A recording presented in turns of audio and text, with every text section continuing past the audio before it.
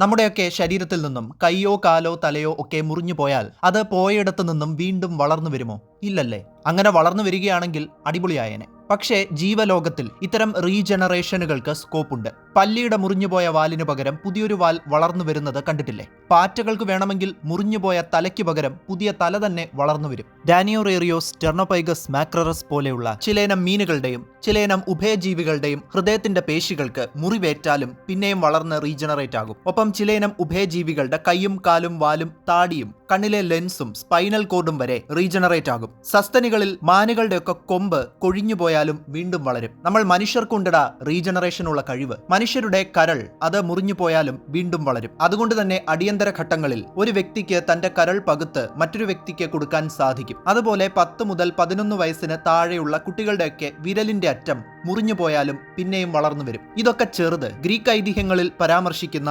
ഒന്നിലധികം തലകളുള്ള വെള്ളത്തിൽ ജീവിക്കുന്ന പാമ്പിനെ പോലെ ഇരിക്കുന്ന ഒരു ജീവിയുണ്ട്. ഹൈഡ്ര എന്ന് വിളിക്കുന്ന ഒരു ഭീകര ജീവി. അതിന്റെ തല എത്ര തവണ വെട്ടിയാലും പിന്നെയും മുളച്ചു വരും. ഈ ഭീകരജീവിയുടെ പേരുള്ള ശുദ്ധജലത്തിൽ വസിക്കുന്ന ഒരു ഇത്തിരി കുഞ്ഞനാണ് ഹൈഡ്ര. കണ്ടാൽ ചെറു ജെല്ലി ഫിഷിനെ പോലെ തോന്നിക്കുന്ന മാംസഭുക്കായ ഹൈഡ്ര ജെല്ലി ഫിഷുകളുടെ ഫൈലമായ നിഡേറിയയിലെ അംഗമാണ്. ഗ്രീക്ക് ഇതിഹാസത്തിലെ ഹൈഡ്രയെ ഓർമ്മിപ്പിക്കുന്ന രീതിയിൽ എത്ര വെട്ടിയാലും വെട്ടിമുറിച്ച് കണ്ടന്തുണ്ടമാക്കിയാലും ഈ ഹൈഡ്രയ്ക്ക് ജീവൻ വെക്കും. മുറിച്ച് വേർപെടുത്തിയ ഓരോ പീസും വളർന്ന് പുതിയൊരു ഹൈഡ്രയായി മാറും. ഇത്തരത്തിൽ ചെറു പീസുകളിൽ നിന്ന് ഒരു മുഴുവൻ ജീവി ഉണ്ടായി വരുന്ന തരം റീജനറേഷനുകളെ ഹോൾ ബോഡി റീജനറേഷൻ എന്നാണ് വിളിക്കുന്നത്. ഹൈഡ്രയെ കൂടാതെ ജലജീവികളായ സ്പോഞ്ചുകൾക്കും പ്ലനേറിയയ്ക്കും നക്ഷത്ര മത്സ്യങ്ങൾക്കും അതുപോലെ തന്നെ കടൽ വെള്ളരികൾക്കും ഒക്കെ ഈ കഴിവുണ്ട്. ഇനി ഹൈഡ്രയെ കുറിച്ച് വിശദമായി നമുക്ക് സംസാരിക്കാം. ശുദ്ധജലത്തിൽ വളരാൻ ഇഷ്ടപ്പെടുന്ന ഒരു മൾട്ടി സെല്ലുലാർ അഥവാ ബഹുകോശ ജീവിയായ ഹൈഡ്രയുടെ ശരീരത്തിൽ ഏതാണ്ട് 50,000 മുതൽ 1,00,000 വരെ കോശങ്ങൾ അഥവാ സെൽസ് ഉണ്ട്. അപ്പോൾ ഒരു മനുഷ്യന്റെ ശരീരത്തിലോ? ഒരു മനുഷ്യന്റെ ശരീരത്തിൽ എത്ര സെല്ലുകൾ ഉണ്ട്?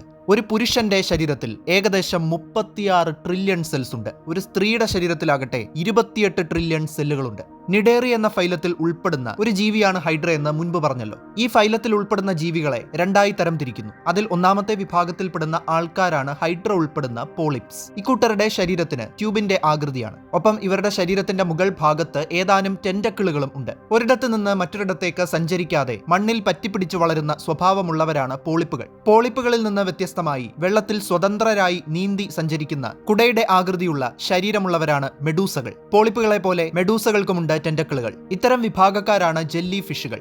സസ്യങ്ങളെപ്പോലെ ഒരിടത്ത് പറ്റിപ്പിടിച്ചു വളരുന്ന തരത്തിലുള്ള ജീവികളാണ് ഹൈഡ്രകൾ. ശരീരത്തിന്റെ താഴെയുള്ള ബേസൽ ഡിസ്ക് എന്ന ഭാഗവും അത് ഉൽപ്പാദിപ്പിക്കുന്ന പശിമയുള്ള മ്യൂക്കസ് എന്ന ദ്രാവകവും ഉപയോഗിച്ചാണ് ഇവർ ഒരിടത്ത് ഉറച്ചു നിൽക്കുന്നത്. ഹൈഡ്രകളുടെ ശരീരത്തിന് ഏകദേശം 5 മില്ലിമീറ്റർ നീളം മാത്രമേ ഉള്ളൂ. കൈകൾക്ക് സമാനമായി ഹൈഡ്രകൾക്ക് ഉള്ളത് ടെന്റക്കിളുകളാണ്. ഹൈഡ്രകളിൽ പൊതുവെ 3 മുതൽ 9 ടെന്റക്കിളുകളാണ് കണ്ടുവരാറുള്ളത്.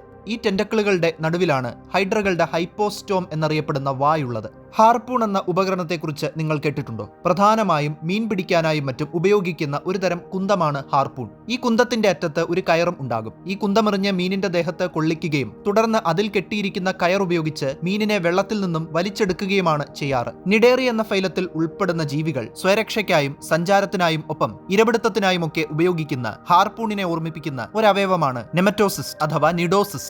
ഈ കുന്തം തൊടുത്തുവിട്ട് ഇരപിടിക്കുന്ന കൂട്ടക്കാരാണ് നിഡേറിയൻസ്. നെമറ്റോസിസ്റ്റ് എന്ന ആയുധം ഉപയോഗിച്ച് ഇവർ ഇരയുടെ ശരീരത്തിലേക്ക് വെനം കുത്തിവെച്ച് ഇരയെ തളർത്തി കീഴ്പ്പെടുത്തി ശാപ്പിടുകയാണ് ചെയ്യുക. ചിലപ്പോൾ ഇവരുടെ ശത്രുക്കൾക്കും ഇത്തരത്തിൽ നല്ല കുത്തുകിട്ടി ബോധിക്കാറുണ്ട്. മറ്റുള്ള നിഡേറിയൻസിനെ പോലെ ഹൈഡ്രകൾക്കും അവരുടെ അതിജീവനത്തിന് ഉതകുന്ന രീതിയിൽ നെമറ്റോസിസ്റ്റ് ഉണ്ട്. അതിൽ വെനവും അടങ്ങിയിട്ടുണ്ടാകും. ടെന്റക്കിളുകൾ ഉപയോഗിച്ച് ഇരയെ ഇറുക്കിപ്പിടിച്ച് വെനം കുത്തിവെച്ച് ശാപ്പിടാനുള്ള മിടുക്ക് ഹൈഡ്രകൾക്ക് ഉണ്ട്. മുട്ടയിൽ നിന്ന് വിരിഞ്ഞിറങ്ങിയ ഇത്തിരിയുള്ള മീൻകുഞ്ഞുങ്ങളെ വിളിക്കുന്ന പേരാണ് ഫിഷ് ഫ്രൈ. ഇത്തരം മീൻകുഞ്ഞുങ്ങളെയും ഡാഫിനിയ പോലെയുള്ള പ്ലാങ്ക്ടണുകളെയും ചെറുവിരകളെയും വെള്ളത്തിൽ വസിക്കുന്ന കുഞ്ഞൻ ജീവികളെയും ഒക്കെയാണ് ഹൈഡ്ര ആഹാരമാക്കാറുള്ളത്. ഇരയുടെ രക്തത്തിലെ ചുവന്ന രക്താണുക്കളുടെ സംരക്ഷണ കവചത്തെ നശിപ്പിക്കുന്ന പാരലിറ്റിക് ഹീമോലൈസിൻ അഥവാ ഹൈഡ്രാലൈസിനുകൾ, നാഡികളുടെ പ്രവർത്തനത്തെ തടസ്സപ്പെടുത്തുന്ന ന്യൂറോടോക്സിനുകൾ, കൊഴുപ്പ് തന്മാത്രകളെ വിഘടിപ്പിക്കുന്ന ഫോസ്ഫോലിപ്പേസുകൾ, പ്രോട്ടീൻ തന്മാത്രകളെ മുറിക്കാൻ കെൽപ്പുള്ള പ്രോട്ടിയേസുകൾ എന്നിങ്ങനെ ഒന്നിലധികം ഘടകങ്ങൾ ഹൈഡ്രയുടെ വെനത്തിൽ ഉണ്ടാകും. ഹൈഡ്രയുടെ ശരീരം എങ്ങനെയൊക്കെ വെട്ടിമുറിച്ച് പിളർത്തിയാലും നഷ്ടപ്പെട്ടു പോയ ശരീരഭാഗങ്ങൾ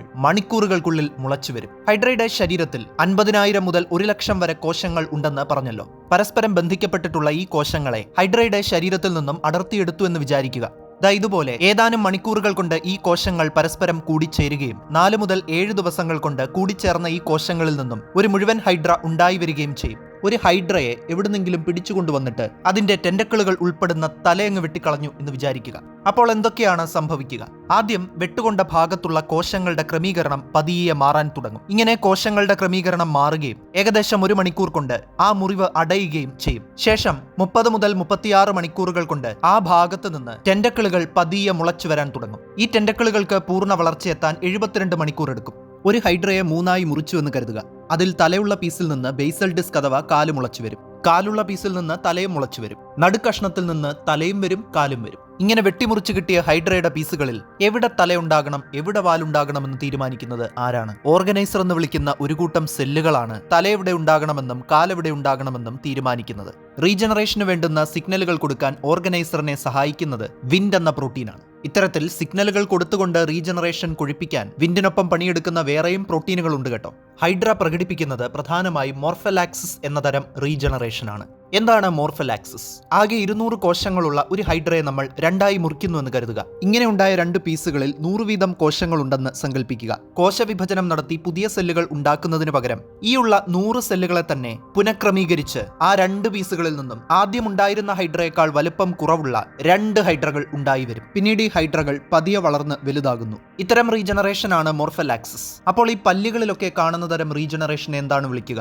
പല്ലുകളിലൊക്കെ കാണുന്ന തരം റീജനറേഷൻ ആണ് എപ്പിമോർഫോസിസ്. ഒരു കണ്ടൻ പൂച്ച ഒരു പല്ലിയെ തുരത്തുകയും അതിന്റെ ഫലമായി ആ പല്ലിക്ക് അതിന്റെ വാൽ നഷ്ടപ്പെടുകയും ചെയ്തു എന്ന് കരുതുക. ഇങ്ങനെയുള്ള സന്ദർഭത്തിൽ പുതിയ വാൽ എങ്ങനെയാണ് ഉണ്ടാവുക? പല്ലിയുടെ വാലുണ്ടായിരുന്ന ഭാഗത്തുള്ള ബ്ലാസ്റ്റീം എന്ന് വിളിക്കുന്ന ഒരു കൂട്ടം കോശങ്ങൾ സംഘടിച്ച് വിഭജിച്ച് പെരുകാൻ ആരംഭിക്കുന്നു. തുടർന്ന് ഈ സെല്ലുകൾ പതുക്കെ ഒരു പുതിയ വാലായി വളർന്നു വരും. ഈ വാലിന് പൂർണ്ണ വളർച്ചയെത്താൻ മാസങ്ങളെടുക്കും. ഈ ഹൈഡ്ര എങ്ങനെയാണ് പ്രത്യുൽപാദനം നടത്തുന്നത്? ചെമ്പരത്തിയുടെയൊക്കെ കമ്പ് മുറിച്ചു നട്ട് പുതിയ ചെടി വളർത്തിയെടുക്കാറുണ്ട് നമ്മൾ, അല്ലെ? ഏതാണ്ട് അതുപോലെ പൂർണ്ണ വളർച്ചയെത്തിയ ഒരു ഹൈഡ്രയുടെ ശരീരത്തിൽ നിന്ന് ബഡ്ഡിംഗ് എന്ന പ്രക്രിയ വഴി കുഞ്ഞൻ ഹൈഡ്രകൾ ഉണ്ടായി വരും. പിന്നീട് ഈ കുഞ്ഞൻ ഹൈഡ്രകൾ അടർന്നു മാറി വളർന്ന് വലിയവരായി തീരുന്നു. ഇതൊരു അസെക്ഷുവൽ അല്ലെങ്കിൽ അലൈംഗിക പ്രത്യുൽപാദനത്തിന് ഉദാഹരണമാണ്. ഇതോടൊപ്പം ഹൈഡ്രകൾ സെക്ഷുവൽ അല്ലെങ്കിൽ ലൈംഗിക പ്രത്യുൽപാദനവും നടത്താറുണ്ട്. ഹൈഡ്രകളിൽ ആൺ ഹൈഡ്രകളുമുണ്ട്, പെൺ ഹൈഡ്രകളുമുണ്ട്. ആൺ ഹൈഡ്രകൾ ബീജം അഥവാ സ്പേം ഉൽപ്പാദിപ്പിക്കുമ്പോൾ പെൺ ഹൈഡ്രകൾ അണ്ഡം അഥവാ എഗ് ഉൽപ്പാദിപ്പിക്കുന്നു. ഈ എഗ്ഗും സ്പേമും വഴിയാണ് ഹൈഡ്രയിൽ സെക്ഷുവൽ റിപ്രൊഡക്ഷൻ നടക്കുന്നത്. ഇനി ഒരേ സമയം ആണും പെണ്ണുമായിരിക്കുന്ന ഹെർമാഫ്രൊഡൈറ്റുകളായിട്ടുള്ള ഹൈഡ്രകളും ഉണ്ട്. ഇത്തരം ഹൈഡ്രകൾക്ക് എഗ്ഗും ഉൽപ്പാദിപ്പിക്കാനാകും, സ്പേമും ഉൽപ്പാദിപ്പിക്കാനാകും. അതെ, ഈ എങ്ങനെ വെട്ടിമുറിച്ചാലും അതിജീവിക്കുന്ന ഹൈഡ്രയ്ക്ക് മരണമില്ലേ? ഒരു തരത്തിൽ പറഞ്ഞാൽ ഹൈഡ്രകൾക്ക് മരണമില്ല. അവർ ഇമ്മോർട്ടലാണ്. തന്റെ ശരീരത്തിലുള്ള പ്രായമായ കോശങ്ങളെ പൊഴിച്ചു കളയുകയും പുതിയ കോശങ്ങളെ ഉണ്ടാക്കുകയും ചെയ്തുകൊണ്ട് തങ്ങളുടെ ശരീരത്തിൽ കോശങ്ങളുടെ ഒരു സന്തുലിതാവസ്ഥ ഇവർ സൃഷ്ടിക്കുന്നു. ഇനിയിപ്പോൾ ആരെങ്കിലും വെട്ടിമുറിച്ചാലോ? ചാവത്തില്ലടാ തെക്കതലേ. എന്ത് തെക്കത്തലയോ? ചെപ്പോടാ. ആരാണ് ഹൈഡ്രയെ ആദ്യമായി കണ്ടെത്തിയത്? 1700 കാലഘട്ടത്തിൽ ആന്റണി വാൻ ലീവൻഹോക്കാണ് ഹൈഡ്രയെ ആദ്യമായി സൂക്ഷ്മദർശിനിയിലൂടെ നോക്കിക്കണ്ടത് എന്ന് കരുതപ്പെടുന്നു. ഏകദേശം 282 വർഷങ്ങൾക്ക് മുൻപ് ഹൈഡ്രയുടെ റീജനറേഷനെ കുറിച്ച് പഠിച്ചത് എബ്രഹാം ട്രെംബ്ലി എന്ന ശാസ്ത്രജ്ഞനാണ്. 1973 ചിക്ക എന്നു പേരുള്ള ഒരു ജർമ്മൻ ഗവേഷക വിദ്യാർത്ഥിനി ഹൈഡ്രയിൽ തലയുടെ റീജനറേഷനും ഒപ്പം ബഡ് ഉണ്ടാകുന്നതിനും സഹായിക്കുന്ന ഒരു തന്മാത്രയെ കണ്ടെത്തുകയുണ്ടായി. ഈ തന്മാത്രയെക്കുറിച്ചുള്ള ഒന്നിലധികം ഗവേഷണ പ്രബന്ധങ്ങൾ ചിക്കയുടേതായി പുറത്തുവന്നു. അക്കാലത്ത് ഈ മേഖലയിൽ ഗവേഷണം നടത്തി വന്നിരുന്ന ശാസ്ത്രജ്ഞരൊക്കെ വളരെ കൗതുകത്തോടുകൂടിയാണ് ഈ കണ്ടെത്തലിനെ ഉറ്റുനോക്കിയത്. ജീവികളുടെ വികാസത്തെക്കുറിച്ചും പരിണാമത്തെക്കുറിച്ചുമുള്ള പഠനങ്ങളിൽ ഇതൊരു മുതൽക്കൂട്ടായി മാറുമെന്ന് എല്ലാവരും കരുതി. അവരിൽ ചില ശാസ്ത്രജ്ഞർ ചിക്ക കണ്ടെത്തിയ ഈ തന്മാത്രയെ സ്വന്തം നിലയ്ക്ക് തങ്ങളുടെ ലബോറട്ടറിയിൽ കണ്ടെത്താൻ കഴിയുമോ എന്ന് പരീക്ഷിച്ചു നോക്കി. എത്രയൊക്കെ ശ്രമിച്ചിട്ടും പരാജയമായിരുന്നു ഫലം. ഇത്തരത്തിൽ റെപ്ലിക്കേറ്റ് ചെയ്യാൻ സാധിക്കാത്തതുകൊണ്ട് ചിക്കയുടെ പരീക്ഷണങ്ങളുടെയും കണ്ടെത്തലുകളുടെയും ആധികാരികത ചോദ്യം ചെയ്യപ്പെട്ടു. ചിക്കയുടെ പഠനങ്ങൾ ആർക്കും വേണ്ടാതെ ഇരുളറയിൽ അടഞ്ഞുപോയി. ചിക്ക അന്ന് കണ്ടെത്തിയ തന്മാത്ര എന്താണെന്നും അത് പിന്നീട് ഒരിക്കൽ കൂടി കണ്ടെത്താൻ സാധിക്കാതെ പോയത് എന്തുകൊണ്ടാണെന്നും ഹൈഡ്രയുടെ വികാസത്തിൽ അതിന്റെ പങ്ക് എന്താണെന്നുമെല്ലാമുള്ള ചോദ്യങ്ങൾക്കുള്ള മറുപടി ഇന്നും കിട്ടിയിട്ടില്ല. അതൊരു നിഗൂഢതയായി തുടരുന്നു.